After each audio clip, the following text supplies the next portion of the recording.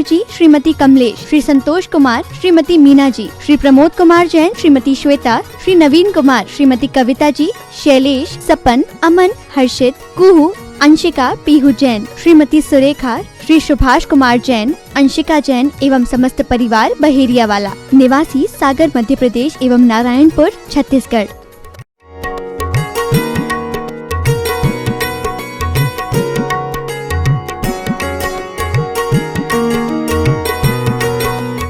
और फिर कोई क्षमा की बात करे तो क्षमा महाराज, अब क्या क्षमा का क्या बताए महाराज, वो तो स्वभाव है आत्मा का। ऐसे बड़े बड़े ज्ञानी बन के फिर लोग बात करते हैं, क्षमा का तो स्वभाव है, अब हो गया हो गया। क्रोध को देखे कि क्षमा को देखे, संसार में बड़ा वैचित्र है। इसलिए जब कोई भारतीय दर्शन में भारत के अंदर कोई भी व्यक्ति बालक का जन्म होता है तो उसको शिक्षा की मूल आदर्श आत्मा को बीच में रख करके ऐसी शिक्षाएं दी जाती हैं कि जीवन प्रधान शैली में और आदर्श प्रधान शैली में कोई अंतर ना हो, तब तो शिक्षा किसी काम की है। अब वहां पर आदर्श तो सिखाया गया स्कूलों में, चोरी करना पाप है, और यहां पर पिताजी घर के अंदर खुद सिखाते हैं। क्या सिखाते हैं? बेटा, सामने वाले की दुकान से जब भी 100 रुपए का सामान लाया करो तो उसको 120 का बताया करो। तो भैया पिताजी क्या कर रहे हैं? 100 का सामान कितने का बुलाया करो? 120 का। अब बच्चा थोड़ा सा बाप से सवाया निकल गया, वो सामान तो लाया 120 का और बोल दिया 220 का। अब आफत है, पिता ने सिखाया था 20% की चोरी करना, लेकिन लड़का 120% की चोरी करने के लिए उतारू हो गया। अब कंट्रोवर्सी फंसती है, विदेशों में बहुत होता है। आप कभी सिंगापुर में जाकर के देखिएगा, आप कभी मलेशिया जाकर के देखिएगा, फ्रॉड और स्कैम के नाम पर आपके जिंदगी में और आपके जीवन में तो बहुत कम होता है। आप उधर जाकर के देखिए, तब आपको समझ में आएगा कि स्कैम किसको कहते हैं।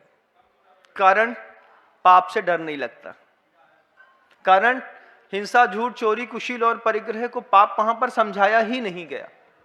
लेकिन हमारे भारत के संविधान में ये चीज समझाई गई, धार्मिक सिद्धांतों में बताएगा कि हर पाप का फल तुमको नरक में जब मिलेगा तो उसको सह नहीं पाओगे, और उसका एक हमारे जीवन में प्रभाव भी पड़ा।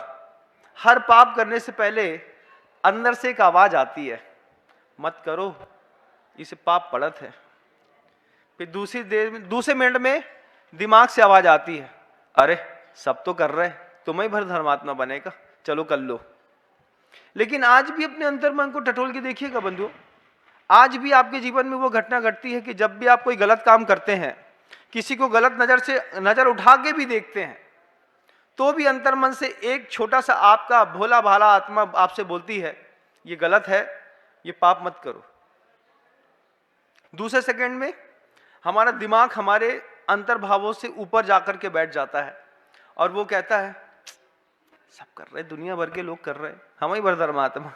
जब सबने मुंह धो ही लिया है, हम भी मुंह धो लेते हैं, क्या बुराई है। कुछ लोगों के अंतर मन में ऐसे भाव कभी नहीं उठते।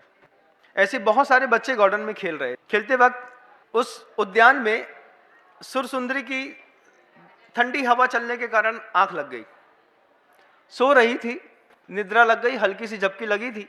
आप लोग भी जब कभी ट्रेन में जाकर के बैठते हैं, बैठते ही साथ आपको कंफर्ट जोन मिली, आपका दिमाग में आपको एक कंफर्ट जोन में डाला कि अब तो ना तुम कुछ काम कर सकते हो ना कुछ काम होगा, तो दिमाग का दूसरा हिस्सा बोलता है, तो अभी क्या हो सकता है? बोले कुछ नहीं है, बढ़िया, अभी 8 घंटे का टाइम है, सो जाओ। तो जितने भी व्यावसायिक बुद्धि वाले पढ़े लिखे लोग होते हैं, उनको सीधे अपर बर्थ दिखाई देती है। ट्रेन में चढ़ते हैं, चढ़ते ही सांस सीधे बोलते, भैया ऊपर वाली बर्थ देना। बच्चे को चाहिए खिड़की, और पुरुष वर्ग क्या बोलता है, अपर बर्थ कहाँ है, ऊपर की बर्थ खाली है। नीचे सूटकेस जमाएंगे, सीधे अपनी हाफ पैंट पहनेंगे और सीधे ऊपर चढ़ जाएंगे। 5 मिनट भी लेट नहीं करना। क्या 8 घंटे की जर्नी है, 7 घंटा तो सो लें कम से कम। कंफर्ट जोन में जाने के बाद सबसे पहले आती है तो नींद।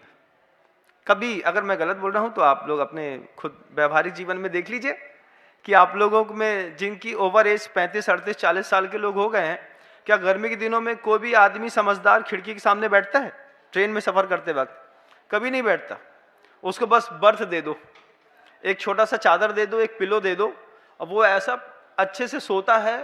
अब कब उठेंगे? अब वो उसको उठाने का काम हमारे टीटी का है, क्योंकि हमने थर्ड एसी का रिजर्वेशन करा के रख चले हैं। अब वो टीटी खुद आके उठाएगा, सर आपका स्टेशन आने वाला है, तभी उठेंगे, इसके पहले नहीं उठेंगे। रति सुंदरी को जैसे ही सुर सुंदरी को थोड़ा सा भी कंफर्ट जोन में गई, गार्डन में थोड़ी सी ठंडी हवा चल रही थी, सामने हंस एक सामने छोटे से तालाब पर खेल रहे थे और सुर सुंदरी की आंख लग गई। आंख लगते वक्त वो जितने भी बालक बालिकाएं सृष्टि के पुत्र साथ में खेल रहे थे, खेलते हुए लोगों ने सुर सुंदरी को गौर से देखा। साड़ी पहनी थी वो छोटी सी बच्ची। हमारे यहाँ की बेटियां क्या पहनती हैं आप लोग खुद देख लीजिएगा, लेकिन वहां उस समय की बच्ची साड़ी पहन करके, और क्योंकि आज ज़्यादा नहीं 40 साल पुराना आप कोई भी मूवी देख लीजिएगा, पूरी की पूरी मूवी 2-4 साड़ियों में होकर के कंप्लीट हो जाती थी और शुरुआत से ही साड़ी ही दिखाई जाती थी। और गुरुदेव ने तो इसके ऊपर हाइको भी लिखा है, शिक्षा साड़ी है, शिक्षा साड़ी है। गुरुदेव बार बार उन सारी चीजों पे काम करते हैं जिन चीजों को आज बाहर की संस्कृति वाले बार बार डिमोटिवेट करके मिटाने की कोशिश करते हैं। खेती बाड़ी है भारत की मर्यादा, शिक्षा साड़ी है। ये हाइको है गुरुदेव का, जिसमें कहते हैं गुरुदेव कि भारत की मर्यादाओं में 2 चीजें हैं, एक खेती बाड़ी और शिक्षा के रूप में एक बेहतरीन साड़ी। साड़ी का मतलब सिर्फ साड़ी ही नहीं, साड़ी का मतलब शरीर भी है, साड़ी का मतलब लज्जा वस्त्र भी है, साड़ी का मतलब एक आभूषण भी है, बहुत सारे अर्थ हैं। वो सुर सुंदरी जो कन्या थी, वो एक गार्डन में, उद्यान में जाकर के थोड़ी सी झपकी क्या लगी कि साथ में खेलने वाले बहुत सारे युवकों में से, बेटियों में से एक युवक ने देखा कि सुर सुंदरी के दुपट्टे में कुछ बंधा हुआ है। बंधा हुआ है तो सोते में से धीरे से, छोटे छोटे बच्चे रहते हैं, उद्यम करने का शौक रहता है, तो बंधी हुई चीज को उस लड़के ने, जिसका नाम अमर कुमार था, उसने खोल करके देखा तो अंदर कुछ कौड़ियां रखी हुई थी। उस समय कौड़ियों से व्यापार होता था, कौड़ियां दे दी, कौड़ी के बदले में सामान ले लिया। तो अमर कुमार ने देखा कि सुरसुंदरी के दुपट्टे में तो कुछ कौड़ियां बंधी हैं, तो उस कौड़ी को उठा करके सुरसुंदरी तो सो ही रही थी और अमर कुमार ने दूसरे को वो कौड़ियां दी और उससे भोजनशाला से कुछ भोजन खाद्य पदार्थ वगैरह बुलवा लिए। अच्छा, समोसा, पोहा, जलेबी जो आप लोग खाते हो अपने अपने दिमाग में इमेज कर लीजिएगा। कोई बड़ा, सारे लोगों ने नाश्ता कर लिया तो अमर कुमार ने उस कौड़ियों के बदले में जो नाश्ता आया था, उस नाश्ते में स्वल्पाहार में से थोड़ा सा स्वल्पाहार सुरसुंदरी के लिए भी वहां पर ला जा करके रख दिया। और सुरसुंदरी सो के उठी, उठा करके बोलते हैं देखो तुम्हारे लिए नाश्ता आया है। सुरसुंदरी ने भी बहुत अच्छे से नाश्ता कर लिया। फिर बाद में सुरसुंदरी पूछती है ये इतना अच्छा नाश्ता किसकी तरफ से था? तो लोग बोलते हैं लाया तो अमर कुमार है लेकिन तुम्हारी तरफ से था। मेरी तरफ से? मैंने तो कुछ किया नहीं। बोले नहीं, नाश्ता का आनंद देने वाली तो तुम ही हो। बोले क्यों? जब मैं सो रही थी, जब तुम सो रही थी, तुम्हारे दुपट्टे में कौड़ियां बंधी थी। वो कौड़ी खोल करके 7 की 7 कौड़ियां थी, कुल 7 कौड़ी थी। आज उस कौड़ी की कोई कीमत नहीं है, लेकिन वो कौड़ी शब्द आज भी दिमाग में चलता है कि अगर इंसान के पास 2 कौड़ी ना हो तो वो 2 कौड़ी का, और साधु के पास 2 कौड़ी हो तो वो 2 कौड़ी का। ये बात आज भी चलती है, लेकिन वो कौड़ी का व्यापार आप लोगों ने देखा नहीं। कि सुरसुंदरी ने को जब पता चला कि मेरे हाथ की ही कौड़ियां जो हैं, जो मेरे दुपट्टे में बंधी थी, ये अमर कुमार ने उसको खोल करके और मेरी ही कौड़ियों से नाश्ता बना करके बुला करके लोगों को खिला दिया है। उससे आकर के बोलती है मेरी कौड़ियां चुरा ली, ये तुमने ठीक नहीं किया। अमर कुमार को भी वो बात सुन करके गुस्सा आ गया। अमर कुमार कहता है 7 कौड़ियां ही तो हैं, कौन सी बड़ी चीज, क्या बिगड़ता है कौड़ियों से? तुम चाहो तो 7 के बदले में 14 दे देता हूं। सुरसुंदरी कहती है, मेरी 7 कौड़ी मेरे राज्य के बराबर थी, तुमने मेरी कौड़ी क्यों चुराई? 7 के बदले 14 दे देता हूं, तुम कहो तो 24 दे देता हूं, मेरे पास कौड़ी की कमी नहीं है। बोले कौड़ी की कमी तो हमारे पिताजी के पास भी नहीं है, हमारे पिता भी महाराज हैं, तुम तो श्रेष्ठी के पुत्र हो, मैं तो महाराज की पुत्री हूं, लेकिन मेरी कौड़ी को चोरी करने की हिम्मत कैसे आई तुम्हारे अंदर? सुरसुंदरी में और अमर कुमार में थोड़ी सी गहमा गहमी हो गई। बच्चे थे और बच्चों में गहमा गहमी हो गई। बच्चों की गहमा गहमी को कमजोर मत समझिएगा। कई बार बच्चे बचपन में कसम खा लेते हैं, जवानी तक वो कसम कभी भूलते नहीं। 13-14 साल की उम्र में जब बच्चों का मन थोड़ा सा भावुक भूमि से कठोरता की ओर आ रहा होता है, उस समय माता पिता जब अपने बच्चों को इग्नोर करते हैं, उस इग्नोर करते वक्त बच्चे कई बार कसम खा लेते हैं। कई बार आप देखिएगा, शुरुआत में बच्चा मेरा बच्चा माँ करती रहती है, बच्चे को अच्छे से भोजन कराती रहती है। एक दिन सबके सामने जब बच्चा बोलता है कि मुझे पापड़ चाहिए, और माँ ने कह दिया लड़का हमारा इतना खब्बू है, रोज के 20 पापड़ खात है। अब आपने तो मजाक में कह दिया, लेकिन मान लीजिए बच्चे ने दिल से लगा लिया वो बात, क्या कि माँ ने मेरी सबके सामने बुराई करी थी कि लड़का पापड़ बहुत खाता है, आज से कभी भी माँ के हाथ का पापड़ नहीं खाऊंगा। छोटी सी उम्र में बच्चे संकल्प कर लेते हैं, क्या सब करूंगा, माँ के हाथ का पापड़ नहीं खाऊंगा। अब माँ परस रही, ले बेटा पापड़ खा लो, पापड़ नहीं खाने, जे पकड़ो। कल तक तो हमारे मोड़ा को पापड़ बहुत अच्छा लगा, तो पता नहीं कहा वो कि पापड़ खाबो छोड़ दो। कुछ नहीं हुआ, अहंकार को थोड़ी सी ठेस बस लग जाए, फिर आदमी बड़े बड़े संकल्प ले लेता है और बड़े बड़े संकल्पों में अपने जीवन जीने लगता बंधु।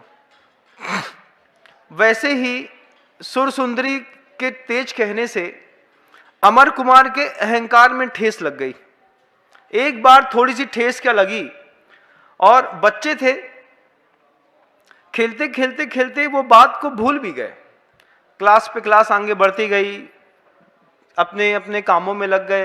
वो सुरसुंदरी आरिका के गुरुकुल में जाकर के पढ़ने लगी, अमर कुमार मुनियों के आश्रम में जाकर के अपनी विद्या का अध्ययन करने लगा। जवानी कब अपना रंग लेकर के सामने आ गई पता नहीं चला, बात आई गई भी हो गई। कुछ दूर दूर तक लक्षण भी दिखाई नहीं दे रहा था कि शायद अमर कुमार को कोई बात पता हो या कुछ हो। जब सुरसुंदरी की पूरी विद्या, पूरा अध्ययन पूरा हो गया, तो सुरसुंदरी की माँ, जिसका नाम रति सुंदरी था, सुरसुंदरी को अपने उस गुरुकुल से निकाल करके घर लाने वाली थी। रास्ते में मंदिर पड़ रहा था तो आरिका के पास ले गई। आरिका के पास ले गई, आरिका से दर्शन कराया। सुरसुंदरी ने विनय पूर्वक बैठ करके पंचांग नमस्कार करते हुए आरिका की वंदना करी।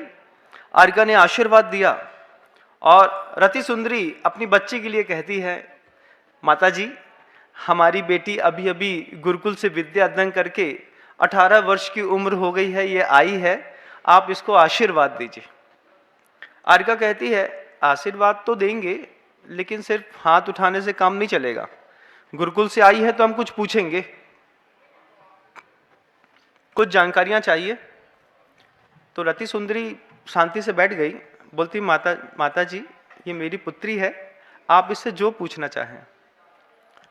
आरिका ने पहला प्रश्न खड़ा किया, सम्यक तो क्या होता है? सुरसुंदरी ने बहुत अच्छे से जवाब दिया, सच्चे देव, शास्त्र और गुरु पर अकाट्य श्रद्धान करने का नाम सम्यक दर्शन या सम्यक तो है। इसको दूसरे रूप से बताओ, कर्णानुयोग के माध्यम से सम्यक क्या होता है? तो उसने एक श्लोक बता दिया, लोकालोक विभक्तेर युग परिवतेश चतुर्गति नाम च आदर्शमिव तथामति रवयति करुणानुयोगम च। एक श्लोक बोल दिया, फिर बोला कुछ और तरीके से बताओ, प्रथमा नियोग के तरीके से सम्यक दर्शन क्या होता है? तो बड़े अच्छे से सुरसुंदरी कहती है, पाप और पुण्य पर श्रद्धा करने का नाम सम्यक दर्शन है। कुछ और तरीके से बताओ, सम्यक दर्शन क्या होता है? 5, 7, 8 प्रकार से प्रतिमा नियोग से, कर्णा नियोग से, चरणा नियोग के माध्यम से सम्यक दर्शन की बातें आरिका माता जी ने जब सुरसुंदरी से पूछी और सुरसुंदरी ने बहुत खूबसूरती के साथ प्रत्येक प्रश्न का उत्तर दिया। आरिका ये देख रही थी कि प्रश्न का उत्तर देने की बच्ची की शैली कैसी है। आप प्रश्न का उत्तर गलत दे रहे हैं या सही, ये बात की बात है। आईएएस ऑफिसर्स के जब एग्जाम होते हैं, इंटरव्यू होता है, उस समय आपको कोई भी सामने डैशबोर्ड पर एक क्वेश्चन सॉल्व करने के लिए दे दिया जाता है। अब वो ये नहीं देखते कि इसका आंसर आप सही ला रहे हैं कि गलत, वो ये देखते हैं कि आंसर को लाने के प्रति आपकी तल्लीनता कितनी है, आप कितना डूब करके उसमें काम कर रहे हैं, आप में कितना पेशेंस है इस बात को लेकर के कि हमने प्रश्न को सुन भी लिया, अब हम आपके सामने ही फुल कॉन्फिडेंस के साथ उसे सॉल्व कर रहे हैं। आरिका ने देखा कि सुरसुंदरी ने एक प्रश्न मात्र सम्यक दर्शन क्या होता है जिस तरीके से पूछा, उस तरीके से उसका बहुत बेहतरीन जवाब दिया। आरिका जब सुरसुंदरी से संतुष्ट हो गई तो रति सुंदरी उसकी माँ से कहती है कि ये एक ऐसा रत्न है, इस रत्न को किसी कौवे के हाथ में जाने मत देना। आरिका कहती है इस स्त्री रत्न को किसी कौवे के हाथ में जाने मत देना। रति सुंदरी अपनी बच्ची सुरसुंदरी के प्रति इतना कॉन्फिडेंट थी, इतना विश्वास था कि हमने इतने अच्छे संस्कार लेकर के इसको पाला है। रति सुंदरी आरिका से कहती है ये ऐसी बेटी है, अगर किसी कौवे के हाथ में भी चली गई तो कौवे को उठा करके हंस कर देगी। मां को अपनी पुत्री के ऊपर इतना गजब का विश्वास है। आपको आपकी बच्ची के ऊपर विश्वास है कि नहीं, आप बताइएगा। इतिहास, कहानियां, कथानक, सूत्र आदमी का एंटरटेनमेंट करने के लिए नहीं सुनाए जाते। आदमी का एवोल्यूशन, कॉन्शियस इवोल्यूशन, जो आपकी चेतना के विकास की वो चरम तक आप पहुंच सके, उस चरम तक पहुंचने के लिए आपको बार बार प्रेरणा दी जाती है कथानकों के माध्यम से, कि आप कथानक के माध्यम से सीख करके अपने घर के अंदर वो टैलेंट पैदा करिए कि अगर ये स्त्री रत्न, जैसे उस आरिका ने कहा कि ये ऐसा स्त्री रत्न है कि इसको कौवे के हाथ में जाने मत देना, तो क्या आपको अपनी बच्ची के ऊपर इतना कॉन्फिडेंस है कि हमारी बच्ची जिस किसी के हाथ में जाएगी, जिसके घर में जाएगी, जिसके जीवन में जाएगी, उसके जीवन में अगर वो कौवा मिल गया गलती से तो उसको हंस के जैसा बदल देगी? बिल्कुल भी नहीं होगा आप लोगों को बंधु।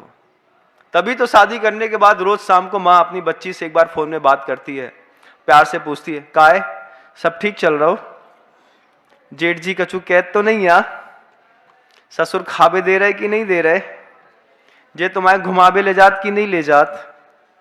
अब ये भारतीय संविधान की सबसे बड़ा एक्सप्लोसिव सेंटर है कि शादी होने के बाद मां जो है अपनी बच्ची के रोज कान भरती है। दुनिया में जितने घर तबाह हुए हैं वो पति पत्नी के संबंध के विच्छेद के कारण नहीं हुए, पति पत्नी के बीच में जब तक पत्नी की मां नहीं आ जाती है तब तक किसी भी पति पत्नी के संबंध खराब नहीं होते।